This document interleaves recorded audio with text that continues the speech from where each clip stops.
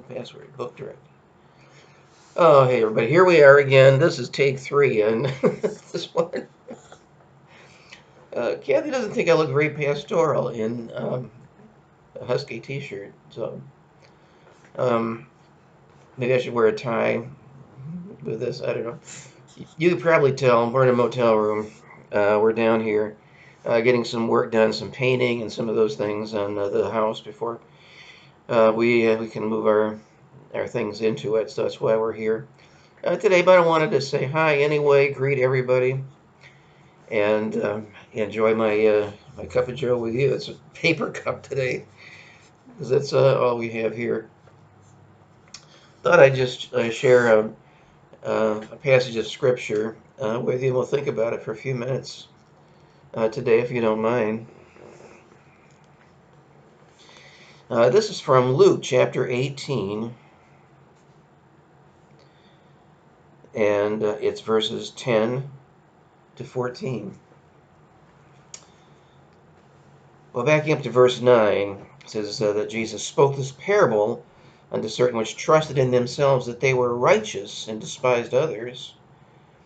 2 men went up into the temple to pray, the one a Pharisee and the other a publican. And the Pharisee stood and prayed thus with himself, God, I thank thee that I am not as other men are, extortioners, unjust, adulterers, or even as this publican. I fast twice in the week, I give tithes of all that I possess. And the publican, standing afar off, would not lift up so much as his eyes into heaven, but smote upon his breast, saying, God, be merciful to me, a sinner. I tell you, this man went down to his house justified rather than the other. For everyone that exalteth himself shall be abased, and he that humbleth himself shall be exalted. Some good thoughts for today. As you probably know, this is Pride Month. Not everybody is proud in Pride Month, but it's something to think about. Homosexuals, transsexuals, perverseness of various types. Those are the things that people are proud of during Pride Month.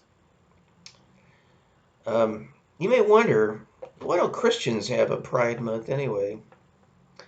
Well, what Jesus just said that I read to you will explain why that is. Jesus often criticized the Pharisees. He referred to them as hypocrites. Some of his worst condemnations were for the Pharisees. And some people think that it's because they were too religious. But that was not it. Their problem was that they thought they were good enough. That they could please God through their own works and their own righteousness, like this publican that thought he was, or this Pharisee that thought he was so much better than the publican. That's one of the things that might concern us when we have something like a Pride Month where people openly express their pride, even in their sin, because they think they're good enough. They're all right. And they can express their pride in that way. And that's why there is no such thing as a Christian Pride Month.